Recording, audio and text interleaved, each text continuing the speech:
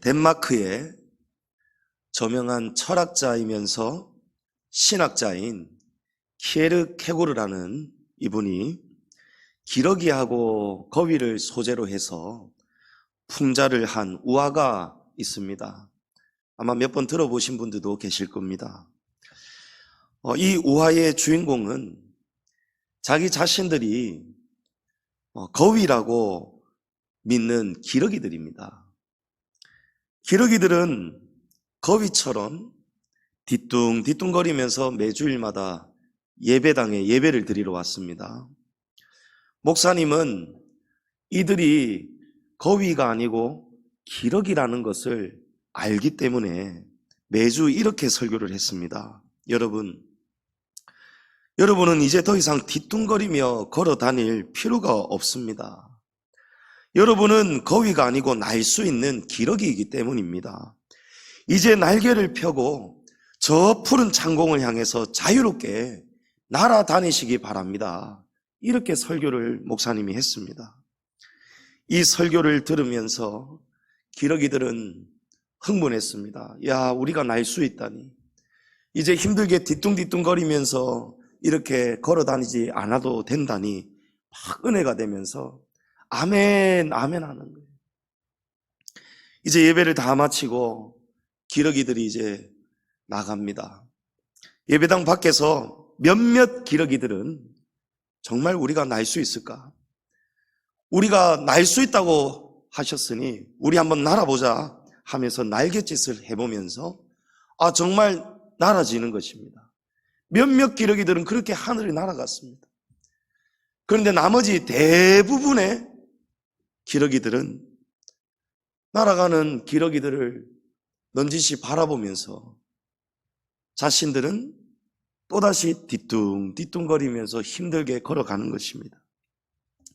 다음 주에도 그 다음 주에도 매주마다 목사님이 여러분은 날 수 있습니다.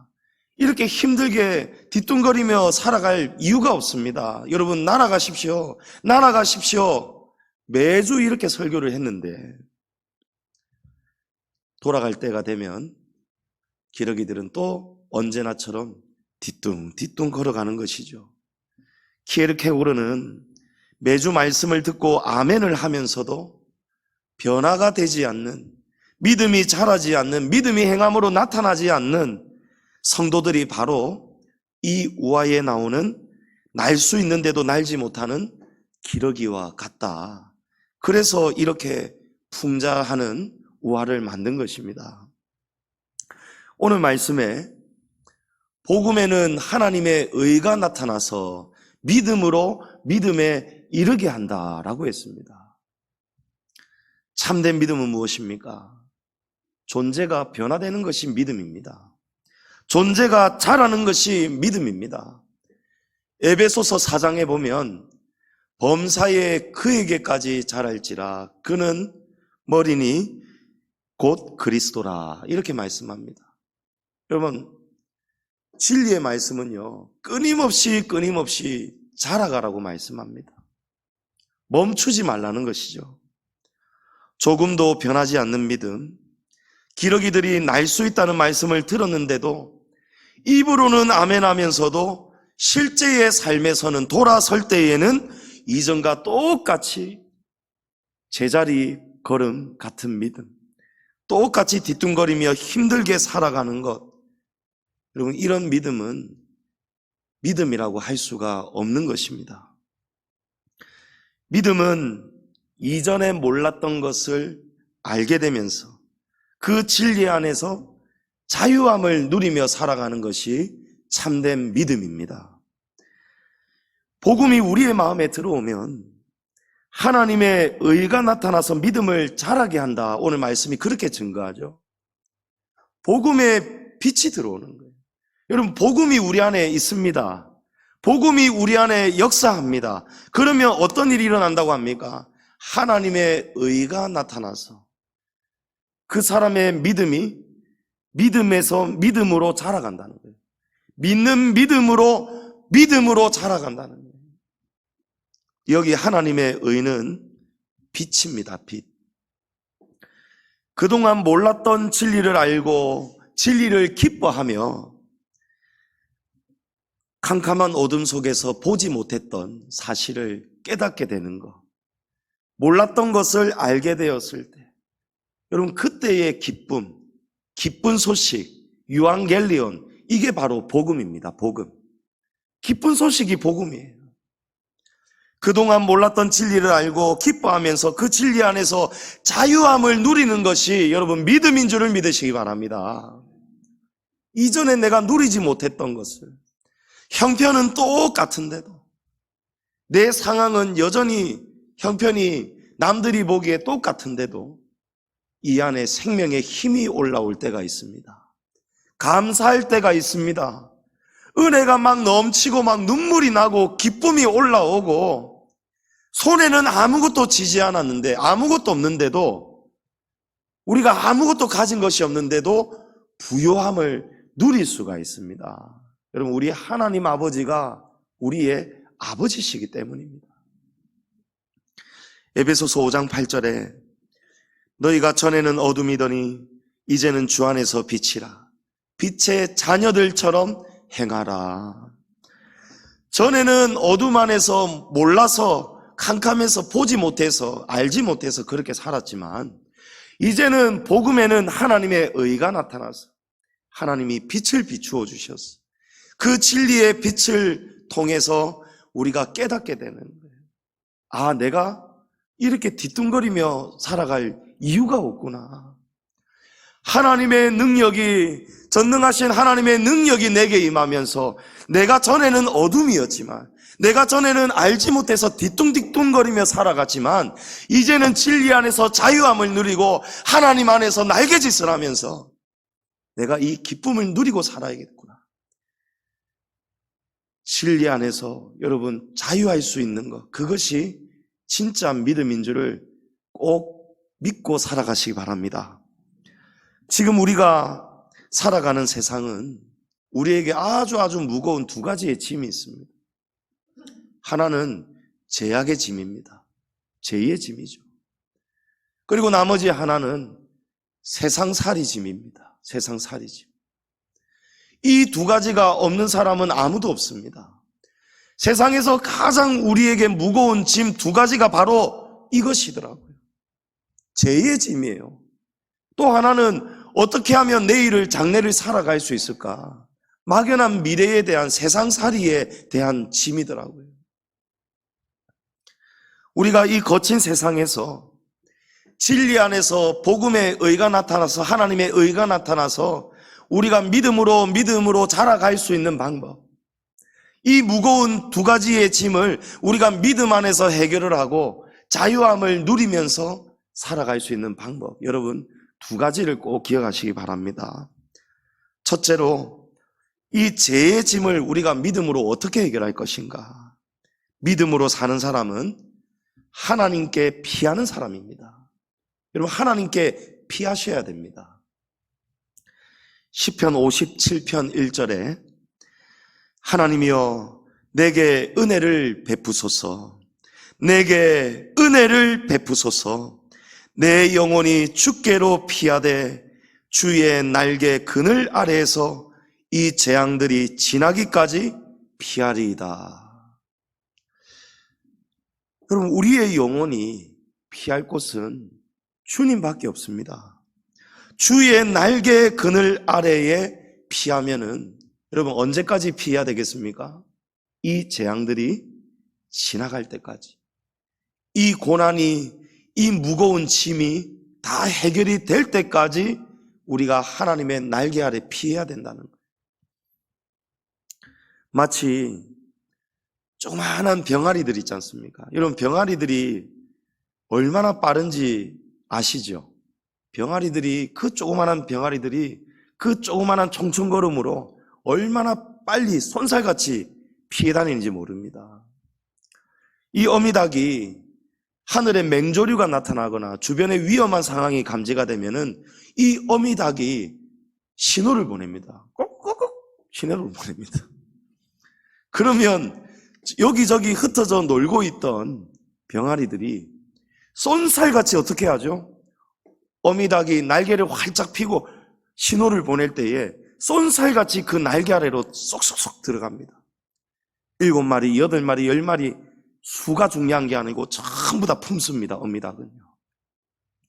그래서 하늘의 매가 만약에 공격해와도 어미닭은 온몸으로 막아내면서 쪼아대면서 자기 날개 안에 숨어있는 병아리들을 자기 목숨을 다 바쳐서라도 보호해내죠.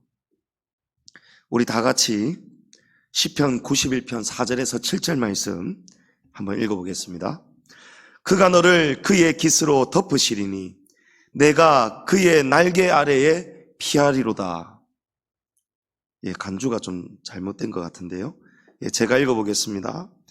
그의 진실함은 방패와 손방패가 대신하니 너는 밤에 찾아오는 공포와 낮에 날아드는 화살과 어두울 때 퍼지는 전염병과 밝을 때 닥쳐오는 재앙을 두려워하지 아니하리로다. 1000명이 내 왼쪽에서 10,000명이 내 오른쪽에서 엎드러지나 이 재앙이 내게 가까이 하지 못하리로다.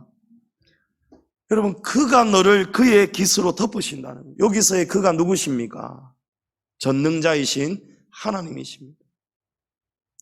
여러분, 닭은요 매를 이길 힘이 없습니다. 그런데 얼마나 매섭게 몸부림을 치고 저항을 합니까? 결국은 닭이 싸움에서 질 수도 있겠지요. 이런 경우도 있다고 합니다. 이 양계장에 불이 났는데 닭이 불에 다 죽어 있는데 이 닭을 치우려고 들어보니까 그 날개 밑에 병아리들은 살아있더라는 거예요. 여러분, 짐승에게도 자기가 사랑하는 자식을 이렇게 품는 화마로부터 재앙으로부터 지켜내려고 자기 목숨까지 바치면서 지켜내는 이런 마음이 있는데, 저와 여러분을 품어주시는 전능자의 날개, 이 전능자는 구원을 베푸시는 하나님이시라는 사실입니다. 하나님의 날개로 그가 그의 깃으로 우리를 덮어주실 때에 너희는 그의 날개 아래에 피하리로다. 그의 진실함은 방패와 손방패가 되시기 때문에 밤에 찾아오는 공포, 낮에 날아오는 화살, 어두울 때 퍼지는 전염병, 밝을 때 닥쳐오는 재앙을 너희는 두려워할 필요가 없다라고 말씀합니다. 1000명이 내 왼쪽에서 10,000명이 내 오른쪽에서 엎드러지지만 세상 사람들은 다 자빠지고 쓰러지고 그런 일이 생기지만 하나님의 날개 아래로 피하는 인생은 이 재앙이 가까이 오지 못하도록 하나님이 다 지켜주신다는 거예요. 우리가 가장 무거운 짐, 해결해야 되는 영혼의 짐, 여러분, 죄의 짐입니다. 죄의 짐. 우리가 가장 무서운 재앙이 무엇일까요? 여러분, 하나님의 심판입니다. 하나님의 심판이 우리에게 가장 무서운 재앙입니다. 노아의 홍수처럼 말입니다. 우리가 죄를 가지고는 이 재앙을 피할 길이 없습니다. 하나님의 심판을 피할 길이 없습니다. 그런데 대부분의 성도들이 이 죄악의 짐이 무거운 줄을 알면서도 반복해서 그 죄악 속에 살아갈 때에 이 죄의식을 인지하지 못하고 살아갈 때가 많이 있습니다. 괜찮겠지. 여러분, 괜찮지가 않습니다. 하나님은 대충이 없으신 분이 하나님이십니다. 하나님은 우리의 죄에 대한 심판을 조금도 빼놓지 않으시고 하나님은 우리에게 그대로 시행하시는 공의로우신 재판장이십니다. 죄의 대가는 죄의 삭슨, 영원 멸망입니다. 사망입니다. 그러면 우리가 이 죄의 짐을, 죄의 대가를 어떻게 해결할 수 있을까요? 하나님의 날개 아래 우리가 어떻게 피할 수 있겠습니까? 구약시대에 하나님께서 각 지역마다 도피성을 만들라 명하셨습니다. 이 도피성은 누구든지 어떤 사람이 고의든 실수든지 간에 남에게 해를 가했을 때 가장 큰 죄, 살인죄를 저질렀을 때에 보복을 당하지 않도록, 이 사람이 보복을 당해 죽지 않도록 죄를 지었지만 이 죄의 심판으로부터 피할 수 있도록 도피성으로 달려갑니다. 이 도피성에는 제사장이 지키고 있습니다. 그렇기 때문에 누구든지 이 죄를 지었을 때에, 큰 죄를 지었을 때에, 죽을 죄를 지었을 때에, 죽게 되었을 때에, 보복자들이 쫓아올 때에 손살같이 달려가는, 도피성 성문 안으로 들어가기만 하면 더 이상 아무도 잡아갈 수가 없고 죽이지 못하는 곳이 바로 도피성입니다. 왜 우리 영화 드라마 보면 국경을 막 넘는데 뒤에서, 그죠? 북한 병사들이, 우리 몇 년 전에 이국정 교수가 살려냈던 북한 기순 병사, 그죠? 이 국경을 넘어왔는데도 병사들은 못 넘어오지만 막 저쪽에서 총질을 해야 되잖아요. 그런데 우리 군인들이 와서 딱 보호를 하고 가니까 이제 더 이상 넘어오지 못하잖아요. 마치 그런 경계처럼 도피성 안에 도착만 하면, 들어가서 숨기만 하면 그때부터는요, 아무도 이 사람에게 해를 가할 수가 없고 죽일 수가 없고 잡아갈 수가 없어요. 하나님께서 그런 성을 만들라고 하셨습니다. 하나님은 오늘 저와 여러분에게도 우리가 범죄하였을 때에 이 무거운 죄악의 짐 때문에 밤에 공포가 있고, 내가 구원받을 수 있을까? 나의 죄 문제를 어떻게 해결할 수 있을까? 마음이 불안하고 떨릴 때에, 그럴 때에 하나님께서 우리에게 이 재앙을, 하나님의 심판을 면할 수 있도록, 피할 수 있도록 우리에게 오늘날도 달려갈 수 있는 도피성을 하나님이 우리에게 이미 주셨습니다. 여러분, 그 도피성이 이름이 뭔지 아십니까? 십자가 도피성입니다. 십자가 도피성입니다. 우리가 죄에서 자유할 수 있는 사람 아무도 없습니다. 그러나 감사하게도 하나님께서 우리가 언제든지 피할 수 있도록 가장 안전한 십자가 도피성을 우리에게 주셨습니다. 성도님 여러분, 지금 대강절이죠. 성탄절을 기다리는 기간입니다. 기뻐하고 감사하면서 기다리는 대강절 절기 기간입니다. 예수님을 통해서 하나님께서 이 땅에 하나님의 아들 독생자 예수님을 보내셔서 아들을 죽이심으로 도피성을 세워주셨습니다. 우리에게 도피성을 마련해 주셨습니다. 여러분, 성탄절을 기다리면서 우리에게 든든한 도피성으로 이 땅에 오신 예수 그리스도를 기뻐하시기 바랍니다. 아들을 죽이시면서까지 우리 인생의 이 죄악의 짐, 우리가 해결할 수 없는 이 문제를 하나님께서 해결해 주시기 위해서, 우리에게 진리 안에서 자유함을 주시기 위해서 하나님의 의가 이제 그 빛이 비추어져서 우리가 이 십자가 도피성을 환하게 바라볼 수 있기를 축복합니다. 예수님께서 십자가에 양팔, 두 팔이 벌려진 채로 이 두 팔을 닫을 수가 없도록 손에 못을 다 박혔지 않습니까?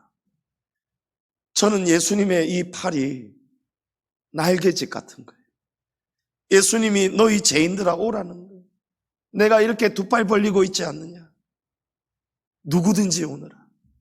누구든지 와서 이 십자가 도피성 안에 내 이 두 팔 아래, 날개 아래 얼른 빨리 피하여라.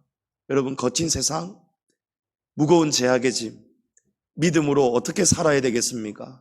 하나님께 피하셔야 됩니다. 십자가 도피성으로 손살같이 달려가셔야 됩니다. 죄의 짐을 방치하지 마시고 하나님이 우리에게 주신 이 귀한 십자가 도피성으로, 전능자의 날개 아래로 여러분 손살같이 언제든지 달려가 피할 수 있기를 바랍니다. 두 번째입니다. 믿음으로 산다는 것은요, 세상살이 모든 짐을 주님께 맡기는 겁니다. 첫 번째는 피하는 것이죠. 첫 번째는 피하는 것이고, 두 번째는 맡기는 것입니다. 시편 55편 22절에 내 짐을 여호와께 맡기라. 그가 너를 붙드시고 의인의 요동함을 영원히 허락하지 아니하시리로다. 여러분, 짐을 여호와께 맡기라고 하십니다. 그럼 얼마나 감사한 일입니까? 무거운 짐 고생하지 말고 여호와께 맡기라는 거예요. 여기에 맡기다라는 이 히브리어 원어의 뜻은요, 굴려보내다 이런 뜻이에요.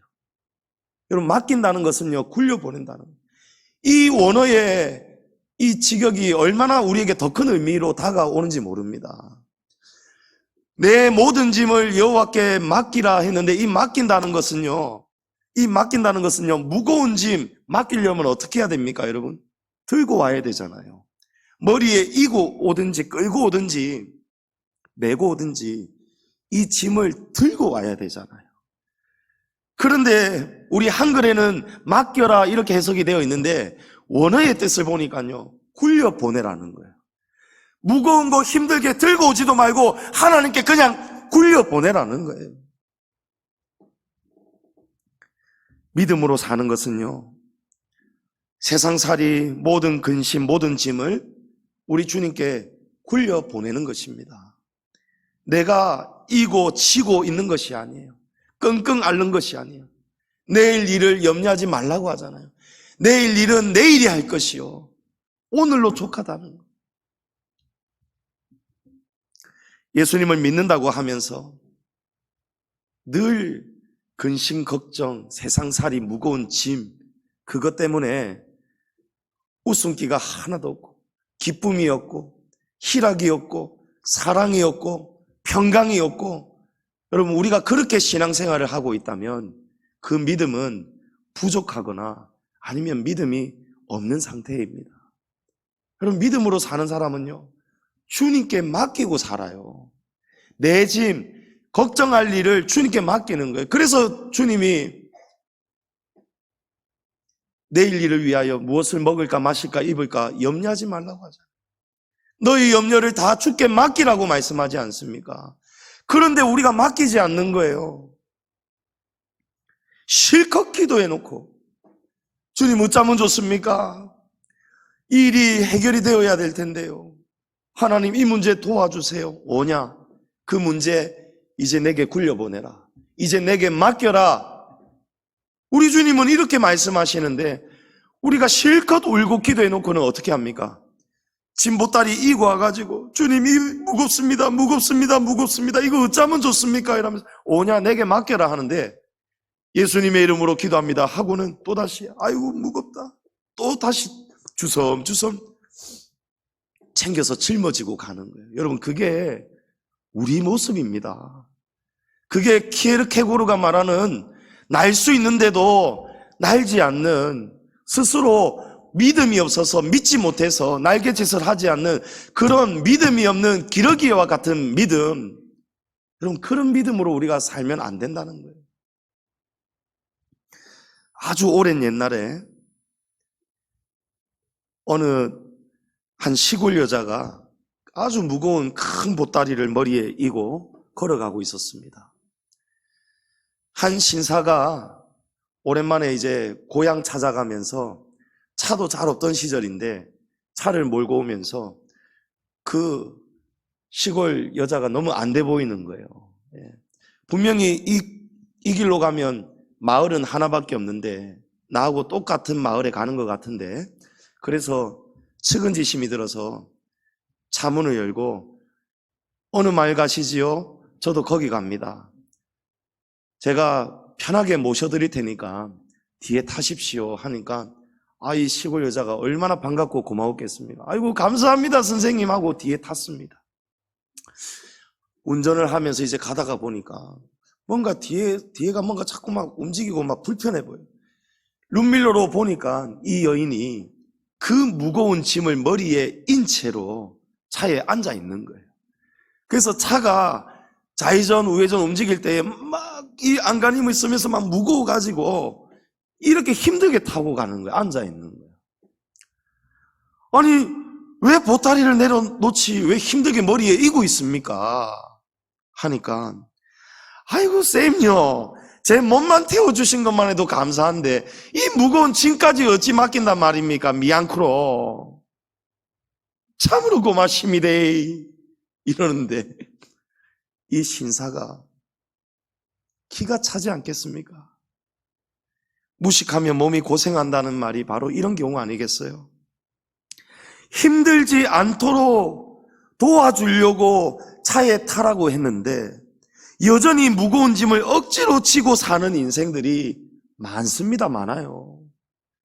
그렇게 신앙생활하는 우리 성도들이 많이 있습니다. 내 짐을 여호와께 맡기라. 그가 너를 붙드시고 의인의 요동함을 영원히 허락하지 아니하시리로다. 짐을 여호와께 맡기라 하는데 하나님이 붙들어 주시겠다는데 우리 지금 계속 머리에 이고 흔들리고 지금 요동하고 있는 거예요. 제가 2015년도 말에 우리 양지중앙교회 다시 왔지 않습니까? 와가지고 시작부터 제가 너무 용을 쓰는 거예요. 우리 성도님들 눈에는 잘 안 비쳤을 수도 있지만 제가 생각보다 좀 생각이 굉장히 많고 마음속에 막 좀 많습니다. 그래서 저희 어머니도 그러시고 제 집사람도 그렇고 왜 그렇게 한숨을 자주 쉬냐고. 저도 모르게 한숨이 막 나왔는가 봐요. 이런저런 걱정들, 어떻게 하면 또 잘할 수 있을까 막 그렇게 용이 쓰이더라고요. 그런데 어느 날 저도 제 자신을 몰랐는데 제가 몇 번 말씀드렸지 않습니까? 어느 날부터 숨이 안 쉬어지는 거예요. 그래서 저는 그 증상이 뭔지도 몰랐는데 막 몸이 막 꼬이고 마비가 되고 한쪽이 막 움직여지지가 않아요. 이게 완전히 마비가 오더라고요. 그래서 실제로 오후 예배 마쳤을 땐가 그래 있다가 119에 실려서 한서병원까지 실려간 적도 있고요. 제가 또 다른 곳에서 119에 해가지고 대동병원 간 적도 있고 그랬는데 이제 의사가 듣더니 이거 다른 심혈관 질환 뭐 다른 질환이 아니고 이거 공황장애입니다. 이런. 저는 공황장애가 뭔지도 몰랐어요. 그 공항이 다른 공항 에어포트 그런 것으로 착각을 할 만큼 아무런 나는 거기에 대한 관심도 없었어요. 저하고 상관이 없는 병이었으니까. 이게 다른 곳에 자꾸 몰두하고 신경을 쓰고 이러다 보니까 이 신경이 고장이 난다는 거예요. 자율신경.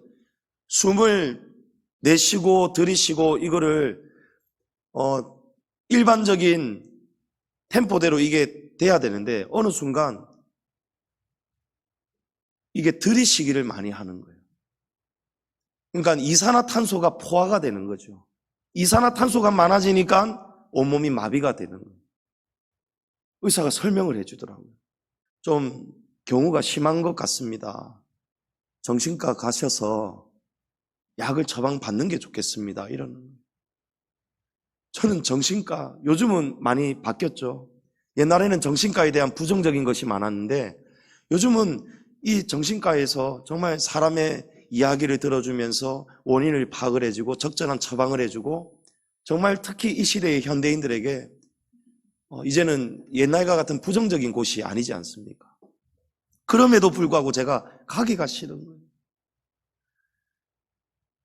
밤에 자는데 검은 봉지를 머리 옆에 두고 자는 거예요.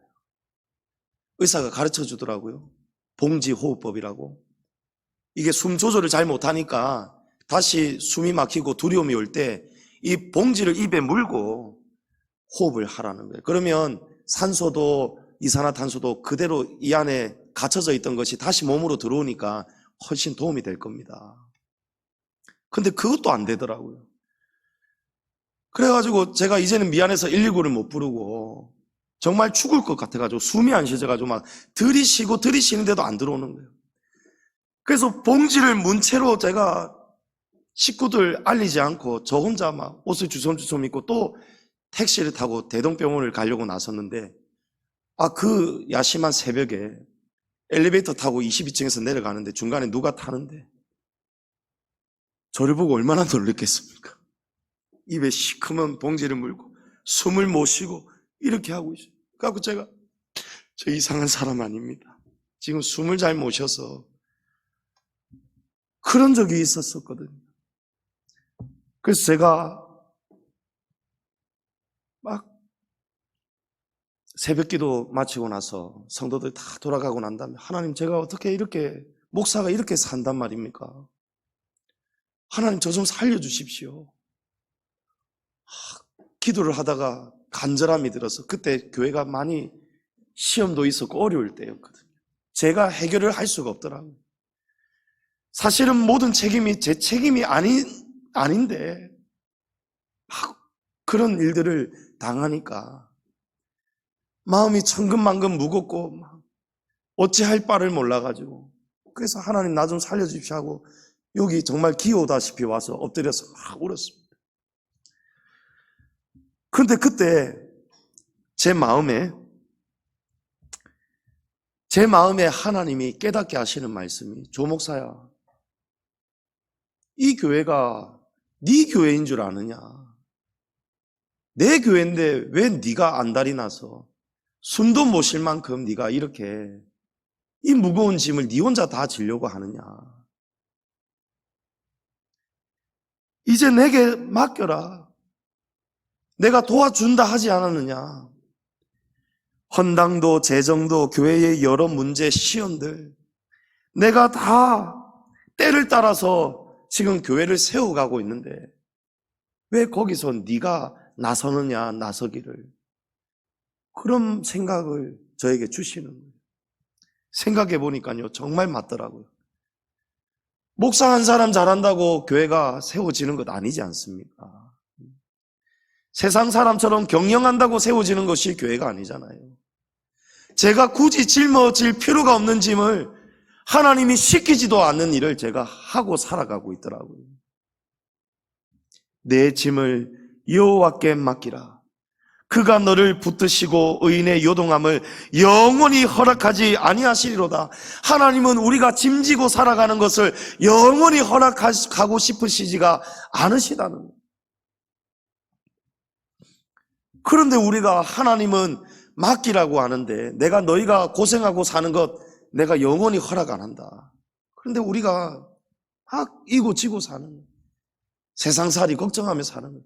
자식에 대한 걱정, 몸의 질병에 대한 걱정, 내일 무엇을 먹고 사느냐에 대한 걱정, 전부 다 장래에 대한 걱정을 하고 사니까 여러분, 성도들의 마음의 표정에 기쁨이 없고 평안이 없고 안식이 없고 자유가 없고 누리는 것이 없고, 여러분, 이런 믿음은요, 믿음으로 사는 것이 아니라는 거예요. 복음이 아니라는 거예요. 여러분, 복음은요, 기쁜 소식은요, 주님께 굴려버리라는 것입니다. 아멘 하셨는데 오늘도 아멘 해놔놓고 예배당 문 났을 때 또 침보 다리 또 들고 갑니다. 여러분, 그렇게 하지 말라는 거예요. 제가 그 생각이 딱 깨달아지고 나서요, 하나님, 제가 사는 것도 죽는 것도 흥하는 것도 망하는 것도 교회가 일어 세워지는 것도 또 고난당하는 것도 그 주권이 저와 상관이 없었다는 것을 제가 깨닫게 되니까요, 진짜 주님께 맡겨지더라고요. 주님께 맡겨지고 나서부터 제가 삶이 달라지기 시작했어요. 제가 이전에 누리지 못했던 것을 제가 한번 누려보며 살아보자. 나도 나에게 대한 위로를 좀 주자. 나를 위한 시간을 좀 주자. 그러면서 주님께 맡기고요, 이 마음을 내려놓고 나니까 정말 숨이 달라지기 시작하는 거예요. 다른 활력이 생기기 시작하는 거예요.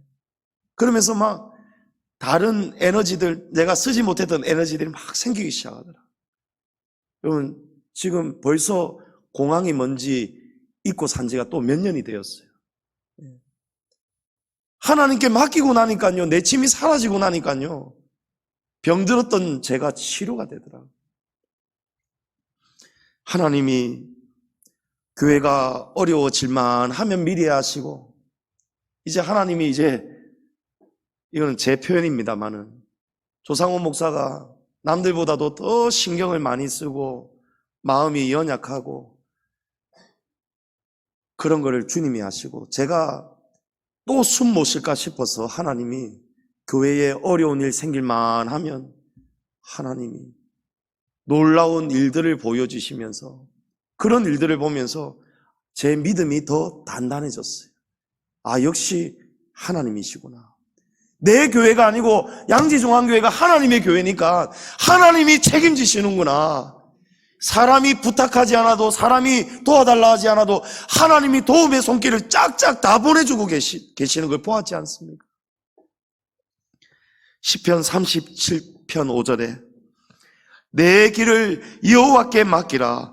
그를 의지하면 그가 이루시고. 여러분, 이런 말씀이 있는 거 아셨습니까? 내 짐을 여호와께 맡기라는 말씀, 내 길을 여호와께 맡기라는 말씀, 그를 의지하면 그가 이루어 주신다. 여러분, 교회, 주님의 교회입니다. 가정, 주님의 가정입니다. 우리 가정의 머리는 아빠가 아니고 엄마가 아니고 하나님 아버지십니다. 질병의 문제, 몸의 문제, 여러분, 내 몸 누구 겁니까? 내 거 아닙니다. 하나님 것입니다. 하나님께 맡겨야 되는 것입니다. 여러분, 재물 얻을 능력을 누가 주신다고요? 신명기서에 하나님이 주십니다. 장사가 왜 이래 안 되노? 여러분, 그거 주님께 맡겨야 됩니다. 주님의 기업입니다. 대신에 우리가 무엇을 위해 살아야 됩니까? 믿음으로 살아야 됩니다. 하나님은 우리가 항상 기뻐하고 쉬지 말고 기도하고 범사에 감사하며 살기를 하나님은 원하십니다. 성도님 여러분, 우리가 거친 세상을 살아갈 때에 하나님이 주신 말씀대로, 오늘 이 두 가지대로 살아가시기를 축복합니다. 하나님께 피하십시오. 죄의 짐에 눌려 살아가지 마시고, 이 죄악의 짐, 두려움이 올 때에 하나님께 십자가 도피성으로 손살같이 달려가서 피하십시오. 내일 일 어떻게 산후 한숨 쉬지 마시고 세상살이 모든 만사 문제를 우리 주님께, 여호와께 맡기시기 바랍니다.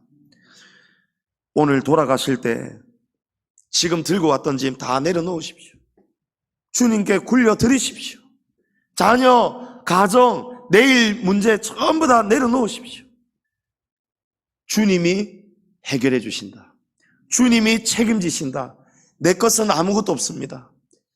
교회도, 나라도, 가정도, 자녀도, 직장도, 기업도, 먹고 사는 모든 것의 주권자가 우리 하나님에 있습니다.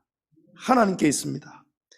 오늘 돌아가실 때 정말 다 내려놓으시고 거친 세상 믿음으로 사는 법, 이 두 가지를 꼭 기억하셔서 이 믿음대로 살아가셔서 주님 안에 평안을 누리며 살아가며 주님이 베푸시는, 날마다 베푸시는 놀라운 은총을 누리며 살아가는 저와 여러분 되시기를 주의 이름으로 축복합니다.